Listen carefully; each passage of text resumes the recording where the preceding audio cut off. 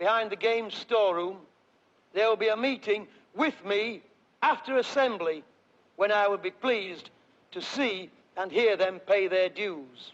You'd better not stick me, lad. I'll fetch my father up if he does. What's that bringing my father down? He don't know when he comes. That's the man. Last time he came, he got stick a nose. Shut up, Lola. I'm sick of hearing thee. When he came down, they all laughing at him. They what? Yeah, they mocked him. Don't say nothing about my father, right? He's not going to stick me anyhow. What's that one? A message for Mr. Grace from Mrs. Spooner. About waiting queue then, isn't it? Yeah. It's his favourite trick, he likes to keep you waiting. Thinks it makes it worse. Yeah, keep me till 4 o'clock, I'm not bothered. As long as I'd rather stick and do lessons. Maybe.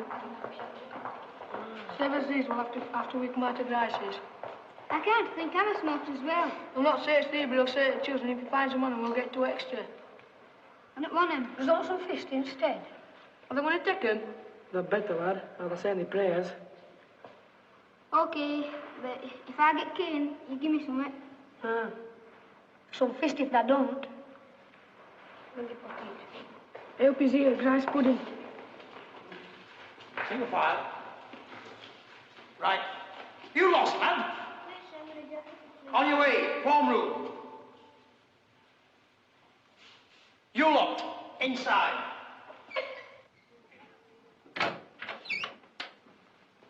Same old faces. Same old faces. 10 years this school's been opened, and 10 years have we seen after every assembly a line of boys here, and the same old faces. Say I've got to miss. Shut up, lad. Don't interrupt. Now close the door. I've taught in this city for over 30 years. I taught some of your parents. Your father, McDowell. In the old slum schools in the city, before they built this fine estate and this wonderful school. Things are no better now than they were then. I just can't understand this generation. I thought I knew something about young people.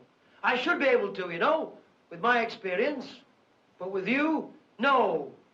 It just seems a complete waste of money and a waste of time. Like it's a waste of time talking to you now. Why, you're not even listening, are you, McDowell? Yes, sir. No, you're not. Crosland, you're not listening, are you? No, sir. No, you're not. None of you are listening. Look at that glazed expression on your faces.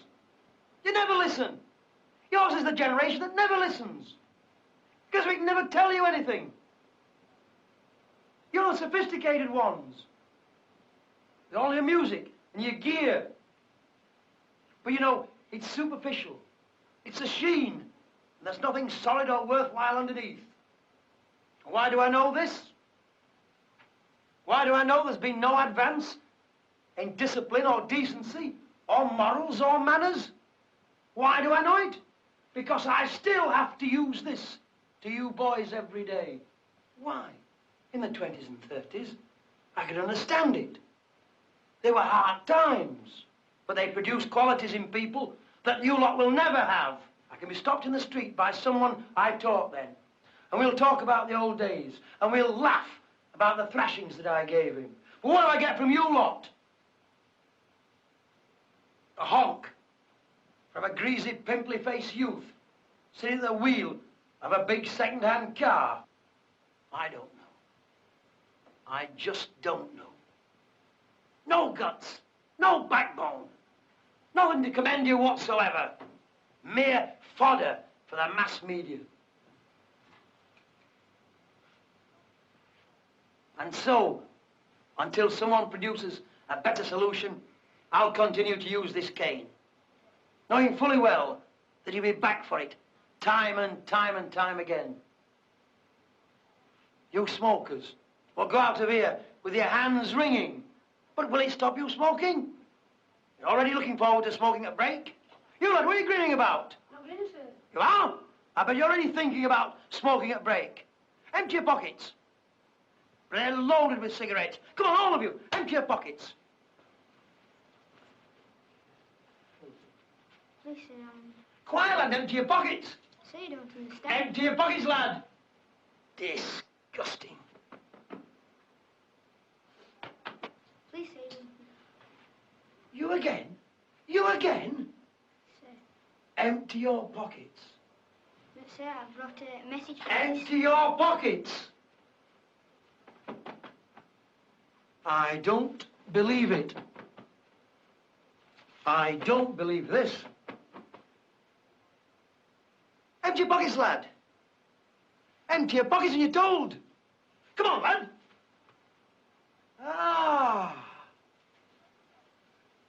A regular little cigarette factory, aren't you? Sir.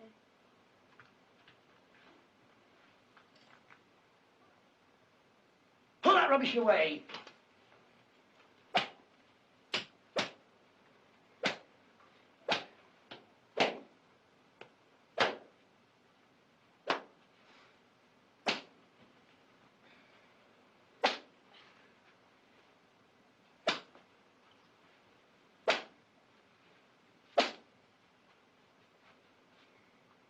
Now, I hope it's going to be a lesson to you.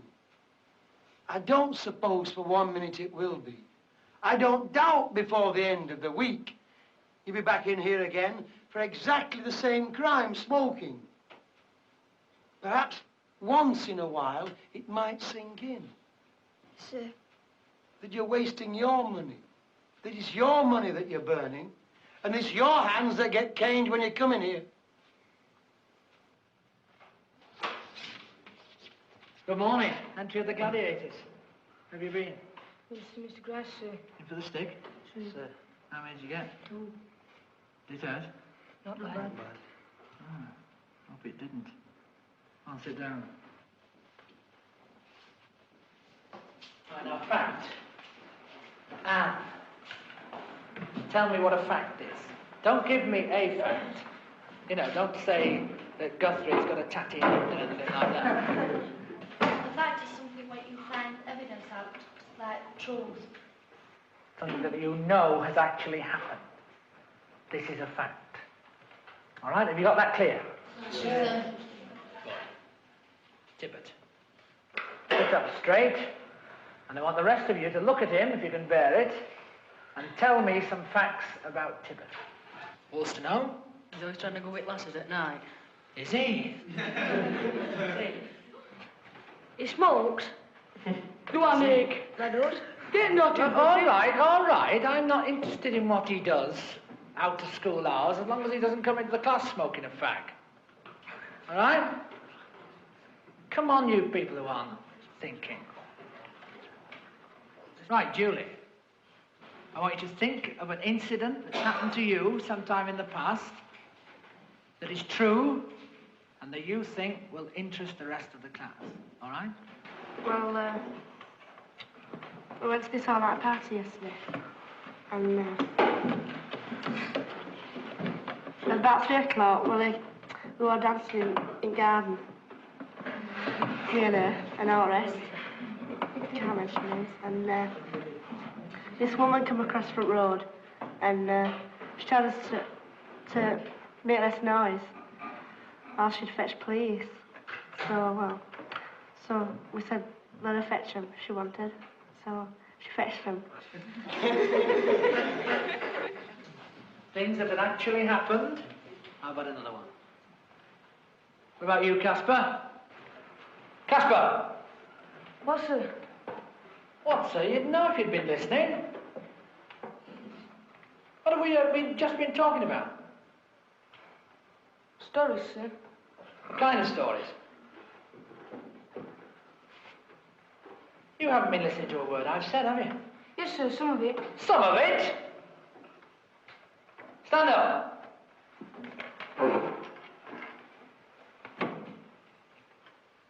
Right, now you're going to tell us a story about yourself. I don't know any, sir. You don't know any? Well, you stand there till you do. Always somebody, isn't there, eh? Somebody who wants to be awkward. Just won't be interested. Doesn't matter what you do. Just like you, Casper. Come on. I'll give you 2 minutes. 2 minutes to think of something or the whole class comes back at 4 o'clock. Come on, Casper, don't stand there like a nail. Here's a nail. Come on. I say, If anybody else calls out, it'll be the last call they make. Speed. He's got this hawk, sir, and he goes mad over it. He never knocks about with anybody else. He just goes with hawk all the time. He's crackers, all he. Better do any road. All right, Casper.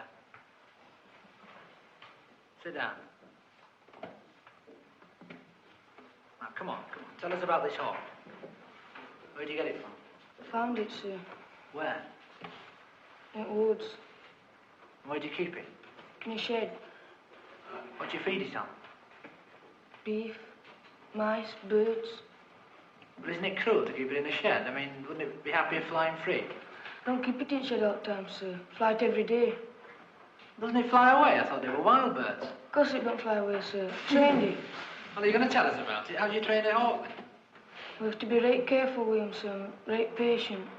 You've got to feed them when they're hungry, sir. You can only do it when they're at feeding time, like, sir. Yeah? You've got these jesses on, sir, all the time. These what? Jesses, sir. How do you spell that? J-E... All right, come on. Now you're going to show us on the board. Jesses. This is a new word to me. Hands up those who've heard of jesses before. Nobody. Go on, write it up then.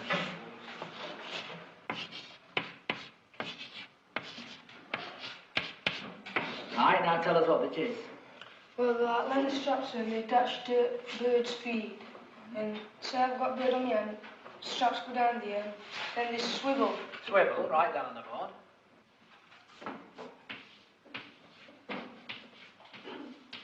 Then you've got your leash. Leash on the board.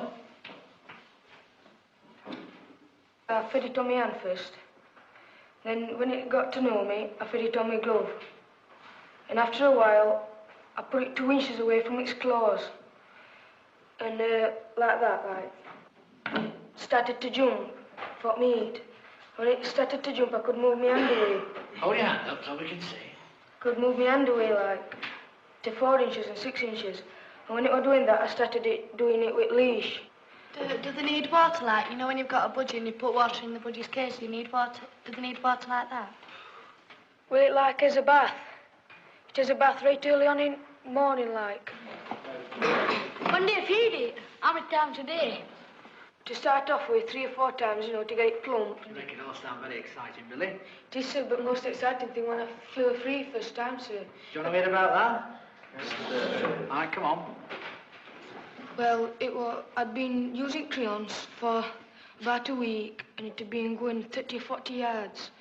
And it says when birds going 30 or 40 yards, it says in book, that it's time that it can start to fly free.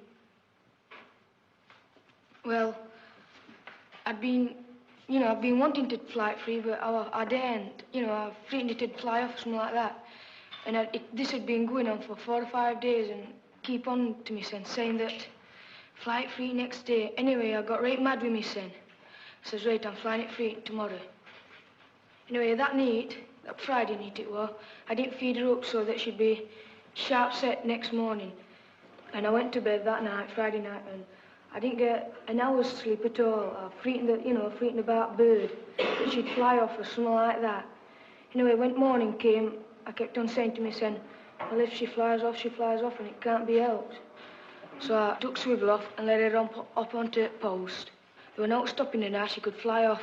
All were on her were her jesses. I thought she must fly off, she's supposed to fly off. But she didn't, she just stood there, all terrified. Well, anyway, she was stood there, and I walked off into the field, and she was looking around all over the place, and when I got in about 70 yards from her, in the middle of the field, I called her. Kiss, come on, Kiss. Come on, then. No, it happened. So I thought, well, I better walk back and pick her up. So while I was walking back, I saw her flying. She came like a bomb.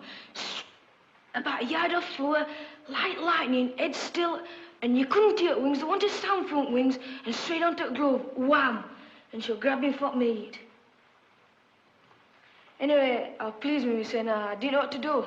So I thought, well, I better do it again just to prove that it won't look. So I took her back onto the post and walked back up into the middle of the field and called her again. And she came just as good as first time, straight onto the glove and grabbing for meat.